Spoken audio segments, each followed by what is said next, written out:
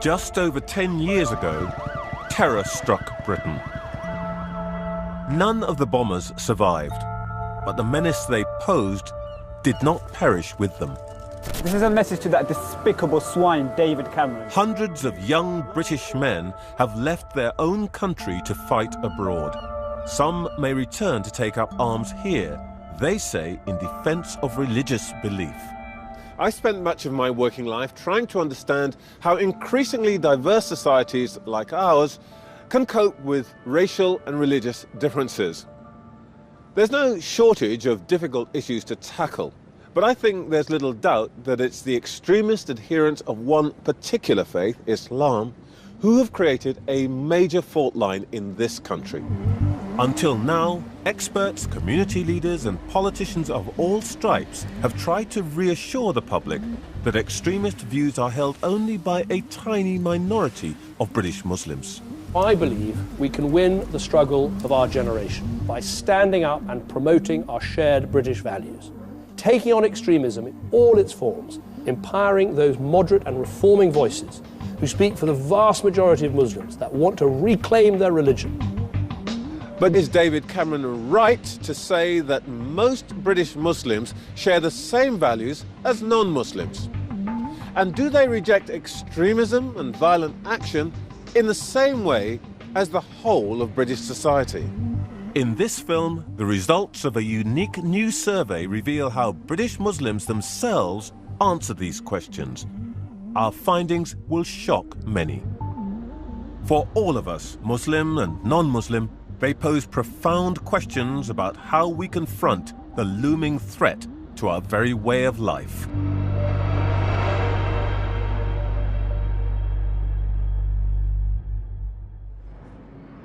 "20 years ago, I commissioned the report which first introduced the term Islamophobia to Britain.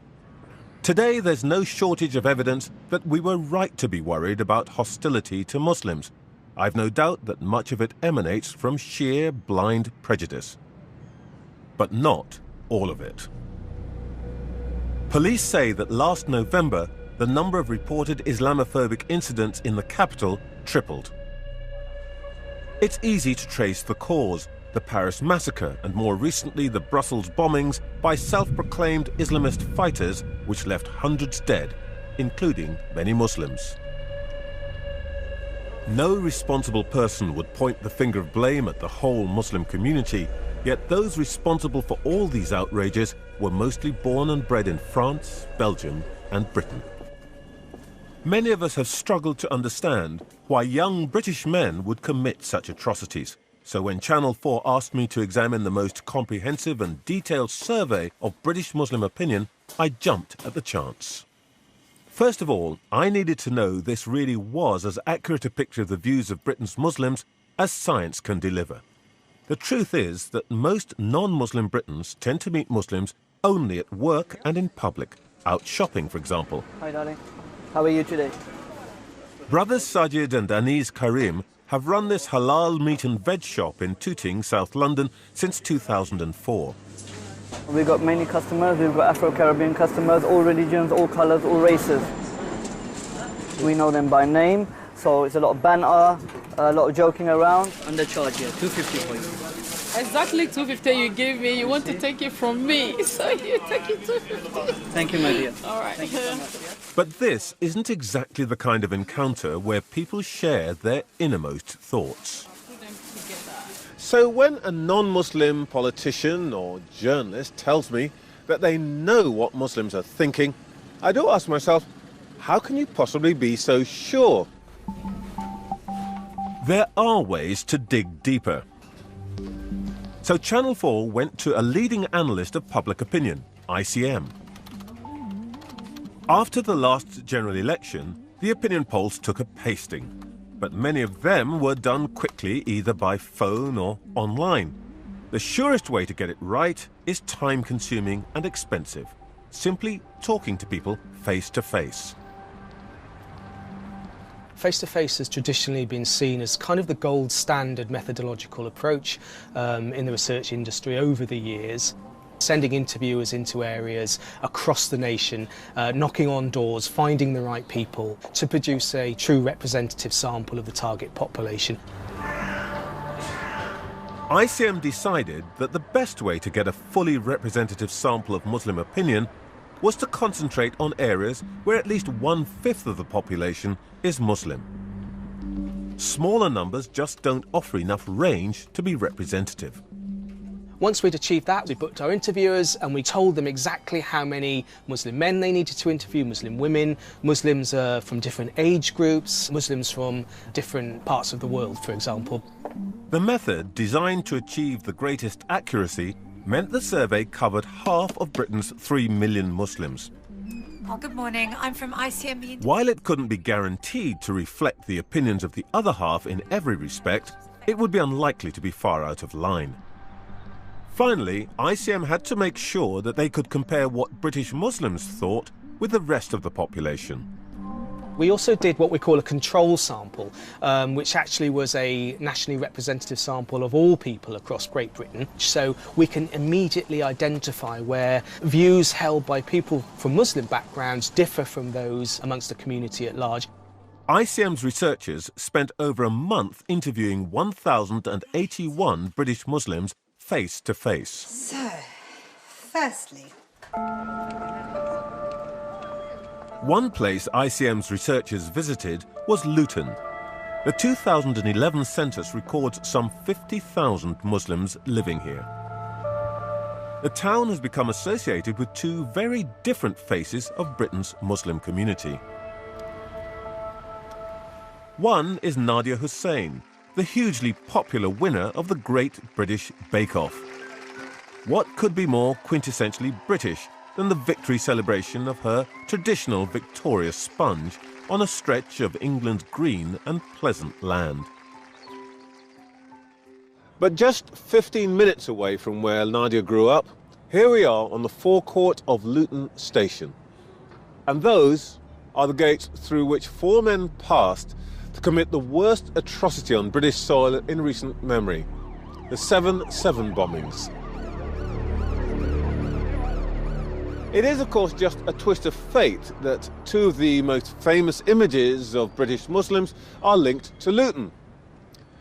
What is important, however, is that they reflect 2 very different attitudes to their home country. The Channel 4 survey explored what Britain's 3 million Muslims really think on a range of issues. It also told us how they compare with what the rest of Britain is thinking. So here we have our survey results, which I've tried to illustrate at a top-line level using a chasm idea, because we do have a number of similarities between Muslims and the wider population, but in actual fact, once we look deeper into the survey results, we actually find that a chasm does develop between Muslims and the way they believe, the way they think, and the wider population. For example, we can see a number of things where the similarities occur. Most people think that they can practice their religion freely. Most people believe that they belong to Britain. They've got an emotional attachment to it. Then we see the gap emerging in our chasm, and we can find a number of things which are really striking. For example, when it comes to polygamy, 1 in 3 Muslims think it's acceptable to have more than one wife. Only 1 in 10 members of the wider public agree. But then we get real substantive differences. When it comes to homosexuality, for example, only 1 in 5 Muslims thinks that homosexuality should be legal, but 4 in 5 members of the wider public think that that should be the case. And when it comes to sensitive matters around political violence and indeed suicide bombing, well, 4% of Muslims would have some sympathy for both those things, as against only 1% of the wider public. That could mean no more than a handful. And let's just put that into context for a second. 4% implies that just over 100,000 Muslims in the United Kingdom have some form of sympathy with violent acts. Britain's political elites, both left and right, have preferred to believe that only a very small number of Britain's Muslims sympathise with Islamist terrorism. The survey suggests otherwise. Empowering those moderate and reforming voices who speak for the vast majority of Muslims. The survey also suggests that everyone who's pinned their hopes on the rise of liberal and reforming British Muslim voices is in for a disappointment. those voices are nowhere near as influential or as numerous as they need to be to make an impact. And as we drill even further down into the detail of the survey, the prospects for integration do not look good.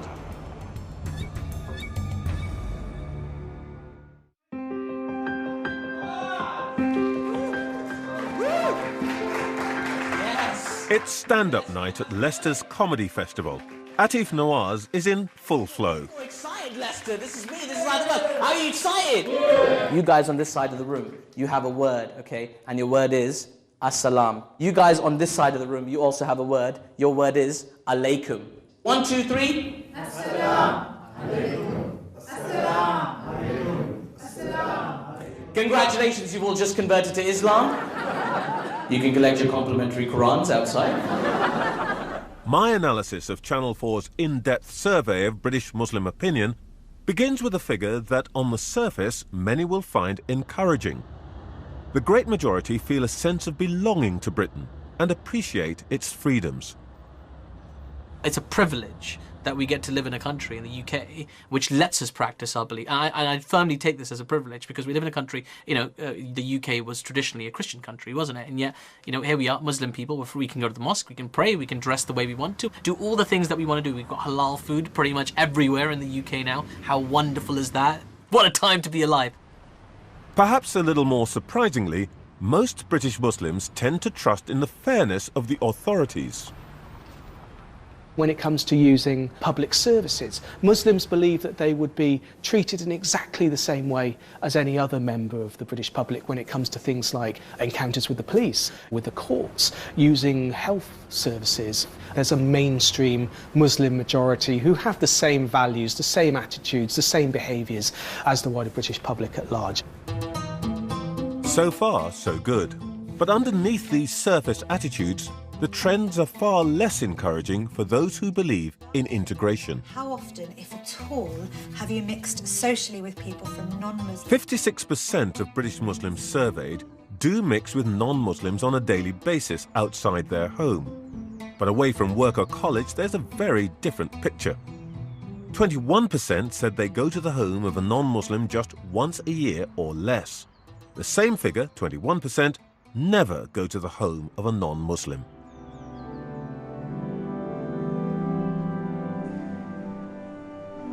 At first sight, Anjum Anwar presents an unlikely figure in Blackburn's Anglican Cathedral.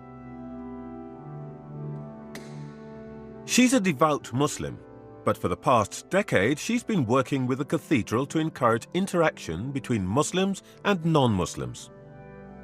27% of the town's population are Asian Muslims. She admits that she's facing a huge challenge.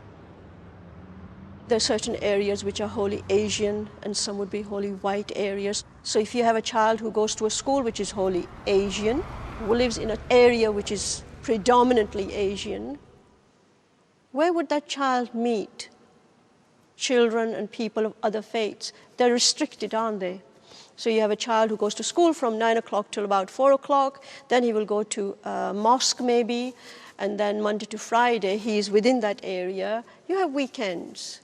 Where is that child meeting? And I am talking not just about Asian, but I'm also talking about a white child. Where do they actually meet? But besides the physical and social separation, or perhaps because of it, there's also a clear cultural gap between a significant section of Britain's Muslims and the wider population. Equality of women, social tolerance, freedom of expression are now all taken for granted as features of the British way of life. Happy Pride, everybody! Britain has embraced same-sex marriage.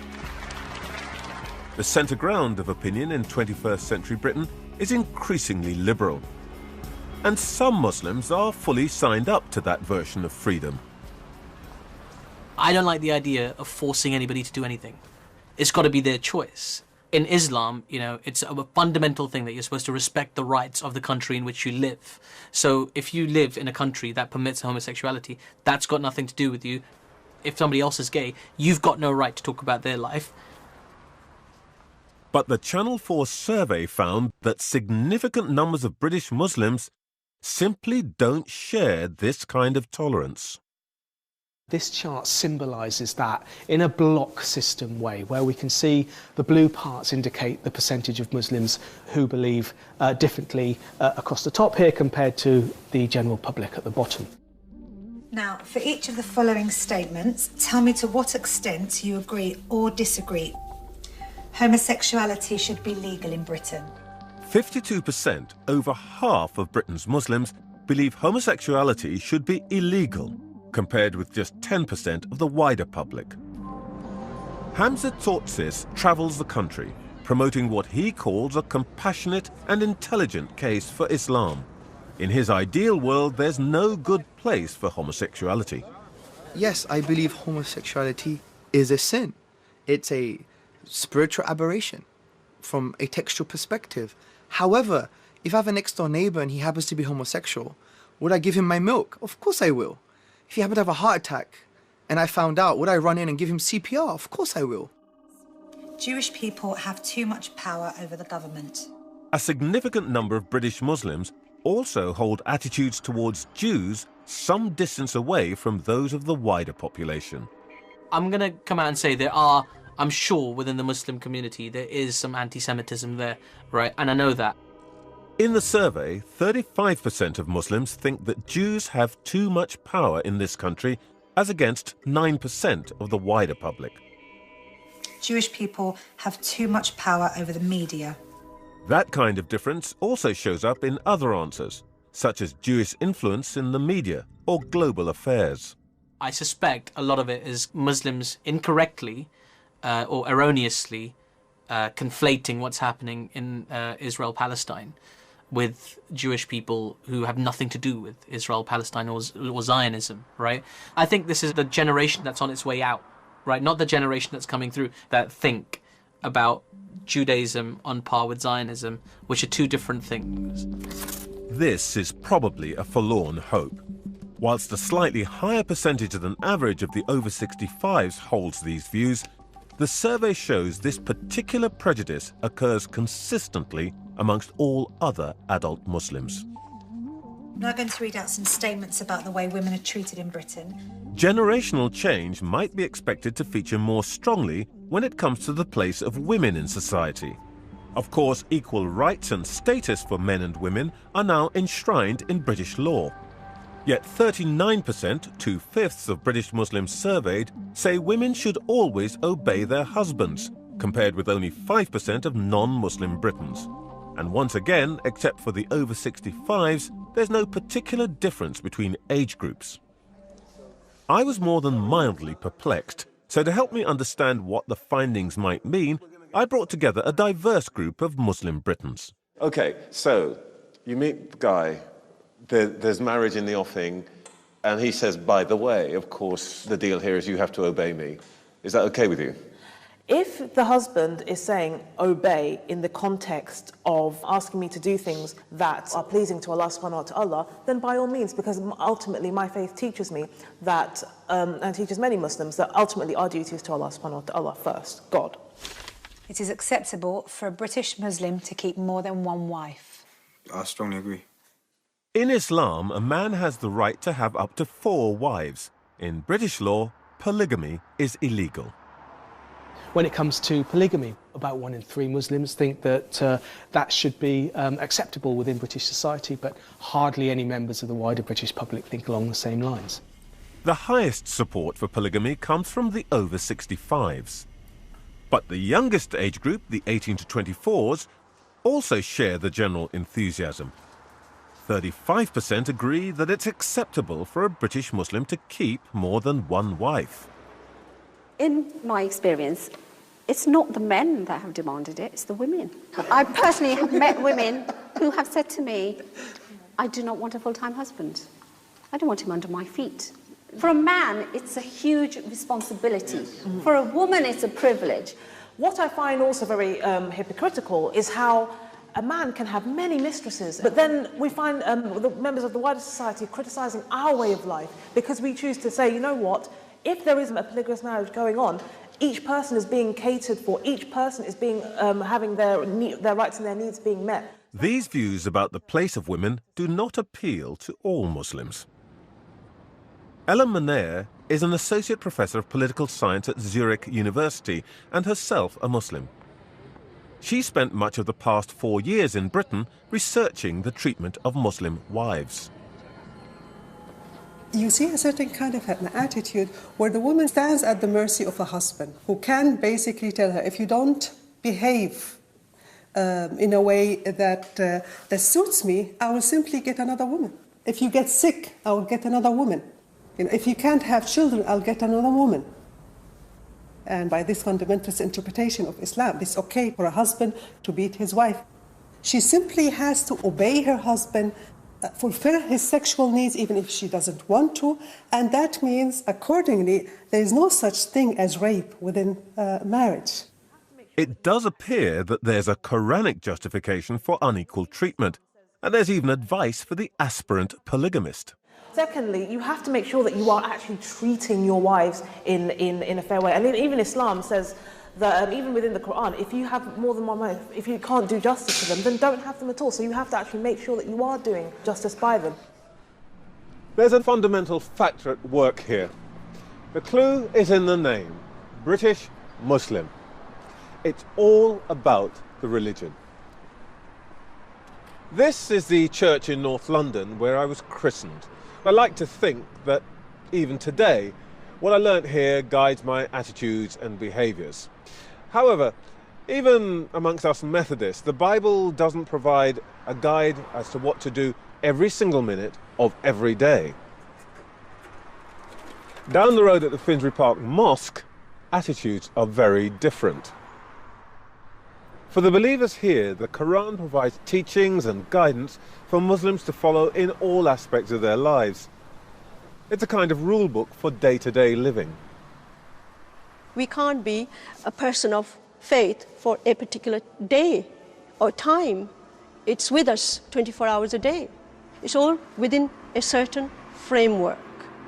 That's as may be, but what if that framework collides with the values of wider society? Nowhere is this more sharply contested than when it comes to freedom of expression. I know that you white people will use me for security purposes. Fuck you! Speaker's Corner in Hyde Park, London. It's the living embodiment of freedom of speech. This is the reality of life and free speech. Here, anyone can express pretty much any opinion they like, however offensive. Shut your stupid American mouth. Most British Muslims think it's against holy law to show an image of the Prophet Muhammad. They're particularly offended by mockery of God's messenger. I firmly believe in freedom of expression and freedom of speech. People can say and do what they want to. But why? Why would you do something that is malicious? Why would you do something that would upset somebody? Now, if I don't like it, I'm not going to go and start a big protest or, just start hating on them on social media. That's not what I'm going to do. I'm just going to ignore them. Atif's attitude is typical of the majority, but 18% of British Muslims, a sizable minority, do sympathise with the use of violence against those who mock the Prophet. And in your opinion, should any publication have the right to publish pictures that make fun of the Prophet? No. 78% of British Muslims say publications should not have the right to show pictures of the Prophet. 87% say there should be no right to make fun of the Prophet. If you study freedom of speech, you see freedom of speech had objectives. Its objectives were truth, accountability, and justice. The minute you start to be vile and degrading, then you're going against the very objectives of freedom of speech. Liberal Muslims, like newspaper columnist Yasmin Alabai Brown, have become a somewhat beleaguered minority within a minority. She's come to expect routine opposition to her views, and worse. Well, increasingly it comes from extremely intolerant Islam. The argument is always, you're not a Muslim. Don't call yourself a Muslim. You will go to hell. And then some really dangerous and horrible threats, really horrible threats, which sometimes I've had to get police protection for. So why are the views and values of many British Muslims still so out of line with the rest of society? Well, part of the answer probably lies in their ancestral backgrounds. Pakistan and Bangladesh account for the majority. Many are from Africa, some from the Middle East.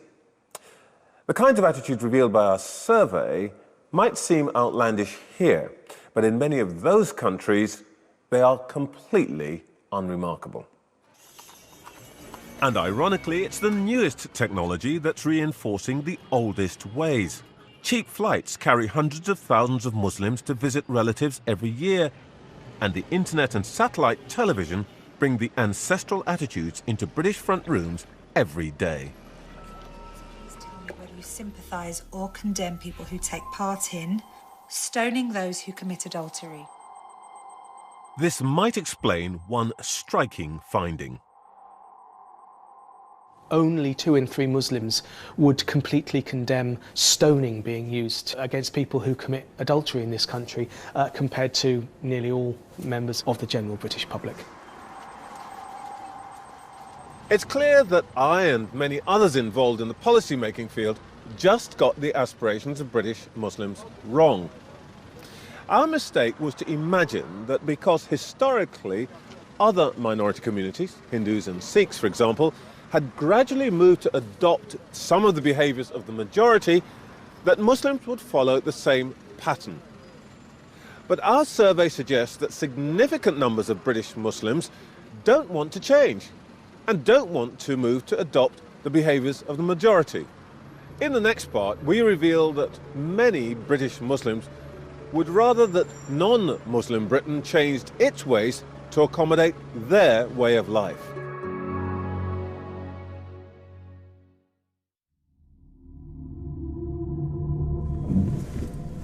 Anjum Anwar's mission in Blackburn is to improve dialogue between the faiths. But she considers herself governed by the Sharia, the body of Islamic law that regulates Muslims' lives. What I eat is according to my Sharia. How I pray is according to my Sharia. How I dress according to my Sharia. How I treat the stranger and family members according to Sharia. I think people misunderstand the concept of Sharia law. Their only thinking is, once you got the Sharia, you'll be chopping heads off and hands off. That is not the case. We're not looking for that kind of Sharia because we're not an Islamic state here.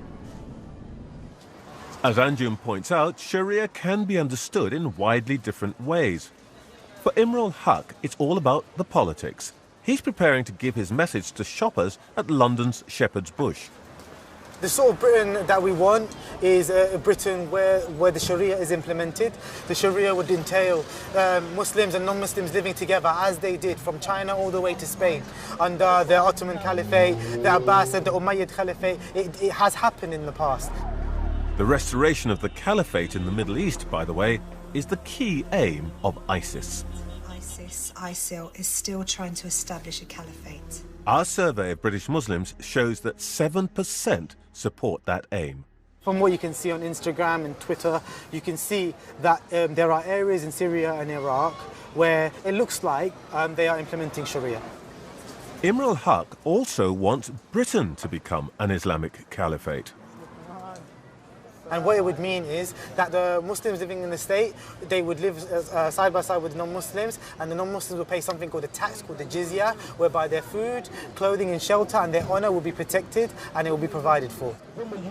You'll see that places like, Downing Street and, Buckingham Palace, they will be under the Sharia and we'll probably make it into a homeless person's shelter. Imrul genuinely believes that the caliphate would be better for everyone, Muslim and non-Muslim. Unfortunately for him, hardly any British Muslims agree. 17% of British Muslims say that whilst wanting to integrate on some things, they'd prefer to lead a separate Islamic life as far as is possible. And 23%, almost 1 in 4 Muslims, support the idea of areas of Britain where Sharia law rules instead of British law. Our survey shows that a large minority, somewhere between 1 in 6 and 1 in 4, does want to live in Britain under some kind of Sharia law. If that strength of view is reflected amongst the British Muslim population as a whole, that's around 500,000 people who want to live parallel, separate lives. Justice in such areas would be administered by Sharia courts or councils. It's estimated that there are some 85 Sharia councils already operating across Britain. They act primarily to mediate in marital disputes. The very reason we have people coming to the Sharia Council is that there's a disagreement between the parties. While we often assure the women that nobody has a right to impose on you, neither do we nor do your husbands. All we can do is to ask both parties, are you willing to have some sort of mediation between you two? Then we can make that happen. But if she refuses to do that, then it will not happen. As part of her research in Britain, Ella Manea of Zurich University sat in on many Sharia Council hearings. What shocked me is that I saw a reading of Islam, an interpretation of Islam, that seems to parallel the most fundamentalist reading of Islam that you find in Taliban, or I find it in certain segments in Yemen, my home country. And I didn't expect to see that in the UK, in the middle of the UK.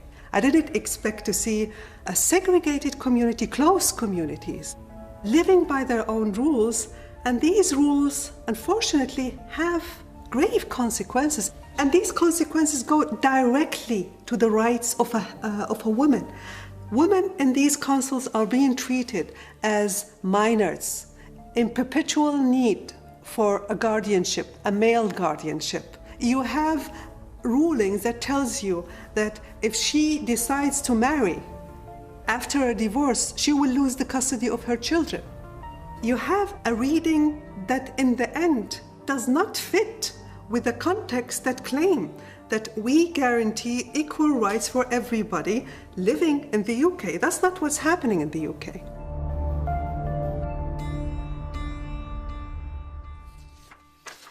I'd now like you to imagine that you're preparing to send your children to school. The survey found another key area, education, where a large number of Muslims want to go their own way. 45% of British Muslims surveyed would prefer to send their child to a school with strong Muslim values. But allowing these separate values to dominate can backfire. That's what happened at Springfield School in Birmingham. Nashaba Hussain was its headmistress. The boys used to act as thought police. You know, they would go around and actually hit the girls on their heads if their heads weren't covered. I mean, I even had one 9-year-old boy say to me, "Why haven't you covered your head? It's only slags who don't cover their head." That should not be accepted behaviour in state schools in Britain. Settling disputes in Sharia courts, sending children to Islamic schools, campaigning for a caliphate. Some people might argue that if these are the freedoms that Muslim Britons want, then that's what they should have. Many would say it's their own business. So, does it actually matter? After all, the phrase live and let live is probably the most commonly accepted expression of British tolerance, usually accompanied with a sort of, well, what can you do, shrug. But there is a problem with this live and let live, laissez-faire approach. Our survey revealed that the more people hankered after a separate life, the more sympathetic they were to violence and extremism. And that really does matter. If you thought that someone who's close to you was getting... When it came to exploring attitudes to violence, the survey asked British Muslims what actions they would take if they knew someone who was involved with supporting terrorism in Syria. Just 1/3, 34%, said they would report it to the police. There may be several reasons for not shopping would-be jihadists. One, of course, is that you might be sympathetic to their cause. What British Muslims think about terrorists' acts was the most difficult issue the survey tackled. There is no right or wrong way of measuring sentiment on the use of violence, but we decided to use the word sympathy, expression of sympathy toward violent questions or sensitivities as the best way of dealing with it, because it has been used in similar surveys. When it came to the most sensitive questions about violence, ICM's interviewers handed over the questionnaire to respondents for them to fill in themselves and put in a blank envelope. The respondent might not want to give truthful answers to questions because they're uncomfortable, giving them what we call social desirability bias, where maybe they kind of give the answer that they feel is the right one to give rather than the one that they truly feel. We see 6% of Muslims think it's acceptable or have sympathy for making threats of terrorist action as part of the political process. And when it comes to the most extreme form of violence, suicide bombing, using explosives, for example, to meet political objectives, well, about 4% of Muslims express some form of sympathy with the more extremist end of it. 4% of them actually equates to just over 100,000 Muslims. ICM carried out one further piece of analysis for us. Is there any difference between the minority who sympathise with violent acts and the majority who don't? There are a number of factors which do emerge, which does give us a little bit of a handle on what they might be thinking. So, for example, a lack of social capital, not believing that you belong to Britain, not having that emotional attachment is one thing which somewhat correlates with it. If, as a Muslim, you don't have a desire to integrate into Orthodox British society, or indeed you want to practice a more fundamentalist Islamic lifestyle, or even submit to Sharia law in this country, all of these things, all of these attitudes, to some extent explain why people might move down that path toward violence. The survey found that British Muslims who sympathise with violence are around twice as likely to prefer to live a more separate life here in Britain than those who don't. I think this is one of the most significant findings of this survey. Our live and let live culture may unwittingly have provided fertile ground for extremist thinking to flourish. There are many opinions swirling around as to why some Muslims would support violence against their own country. The Iraq War, dysfunctional households, fractured personalities. Maybe. What we do know from the survey is that Muslims who have sympathy for violence are significantly more likely to hold illiberal views on issues like gay rights and women's equality than those who don't. So what the survey is showing us is the emergence of what you might describe as a nation within the nation, where many hold very different values and behaviours from the majority. I'd say that hardly anybody wants to see that happen. But the question is, what are we going to do about it?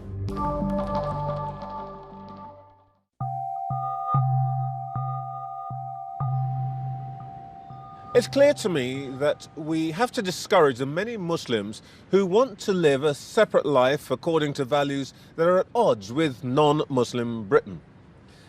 But that's not just a responsibility for government. To stand a chance of success, the whole of Britain may have to set aside the live and let live philosophy that's paved the way for separation, and reassert the liberal values that have served our society so well for so long. Some think we may already be too late. You know, we're a dying breed. In 10 years, there will be very few of us left, unless something really important is done. Yet the Liberals shouldn't give up hope.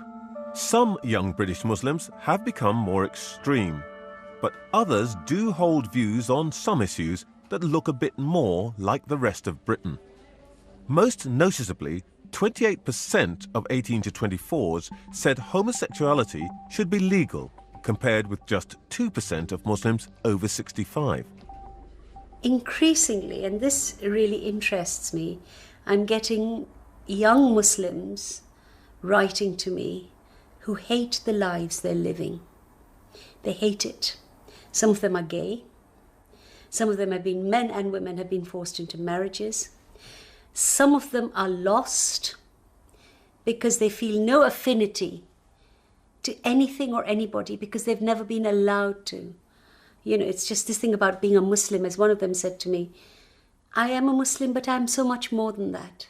There are Muslims here in the UK, and there are a growing number who would effectively have no problem with LGBT, trans issues, etc. but who don't vocalise that publicly, because there is also a vocal element within Muslim communities that says liberalism is not really Islam. We have to admit that. Those of us who are not Muslim shouldn't be telling those who are how to live their lives or how to meet the needs of their faith. And nobody likes the old idea of assimilation, where people abandon their cultural identity in order to blend into some kind of mainstream.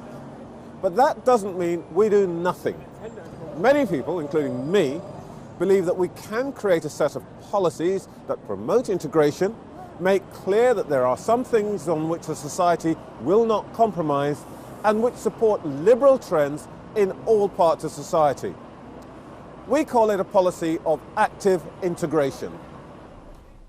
The Prime Minister has announced a number of measures to promote integration amongst British Muslims, like funding English lessons for Muslim women. There are also obligations that we should put on people who come to our country, and chief amongst them should be obligations to learn English, because then you can integrate, you can take advantage of the opportunities here, and you can help us to build the strong country that we want. Our survey suggests that David Cameron's on the right track, in spite of some criticism. But now, having heard what I've heard, it's hard not to conclude that, if anything, the Prime Minister's plans just don't go far enough. The evidence tells me that we need a much more muscular approach to integration. A top priority would be to stop the number of state schools segregated by ethnicity and religion from growing further. It's not an original proposal. So do we need to look at our educational system then? Are we saying that we should have a system where you have 50% Asian and 50% non-Asian? Because if you have just one monoculture, then sometimes if you're living in a monoculture as well as attending educational system, then it makes it difficult, doesn't it? I'm with Anjum Anwar. Prohibiting state schools from admitting more than 50% from any single ethnic minority would make a swift impact. Ofsted, behind me here, is the body responsible for inspecting schools and making sure they're well run. I used to work with them a lot when I was at the Equality Commissions. If anybody can make sure that schools are less segregated, then they can. But you can't make this kind of change happen just by issuing orders. What tends to work much more successfully these days is what people call the comply or explain approach to regulation. The comply or explain method has been used successfully in the financial sector. With schools, you'd first set a target mix with a 50% ceiling for any single ethnicity. Schools would have to comply, or they'd have to explain why they'd breached that ceiling. Finally, if schools consistently break the limit, then the regulator imposes special measures, like redrawing the catchment area to change the ethnic balance. This isn't just a theoretical plan. It's happened already with 2 schools in Oldham. One was almost entirely Asian, the other almost entirely white. They reflected the segregation in the town. The community of Oldham decided very bravely to come up with something innovative and to say, could they build some new schools where they would take people from both existing segregated communities. The Waterhead Academy was born, and in a deliberate act of integration, the 2 ethnically segregated schools merged and moved into a new building in 2012. The process was followed by social scientists from Oxford University, led by Professor Miles Houston. You can see that year on year, after the merger, you are increasing things that you'd like to increase, like judgments of liking, judgments of trust of the other group, and you show a really remarkable reduction in anxiety about interacting with members of the other group. The result? A small but noticeable increase in social mixing between Muslim and white children. Professor Houston is clear that this active integration is the way ahead.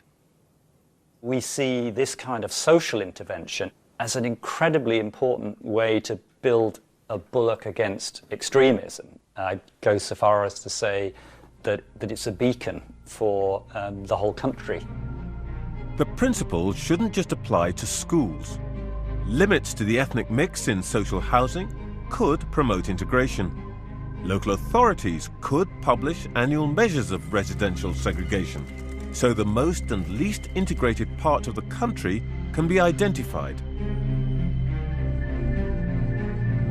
There are now 3 million Muslims in Britain, with half being born overseas. In Tooting, where Anis and Sajid Karim have their shop, the number of Muslims has risen in the last 10 years. The Karim brothers are the face of integration that most people want to see. But according to our survey, their approach to living as Muslims in Britain is under serious challenge. I've got lots of different friends from different religions, and I mix with all types of people, all faiths, all colours. Me, Muslim, non-Muslims, I interact with everybody, play football once a week with many non-Muslims. I do feel British, 100% British. It's the only country I've known. It's where I've lived. Britain faces a huge challenge. Adopting a policy of active integration may give rise to some ideas that make you, me, Muslims, non-Muslims, everyone feel pretty uncomfortable. But what is our choice? We could cross our fingers, close our eyes and hope that the segregation, the tensions, the periodic outrages and the backlash that follows will somehow simply vanish. Or we could seize the initiative. Take steps to support those Muslims who do want their communities to change in their attitudes towards women, towards lesbian and gay people, and indeed towards violence. I know which of those I would choose. A policy of active integration must be the first step on the path towards those shared values that will come to define what it means to be British, for Muslims and non-Muslims alike.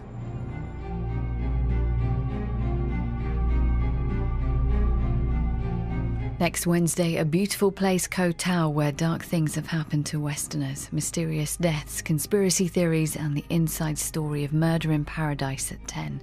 But next tonight, in Hostile Waters, The Island with Bear Grylls.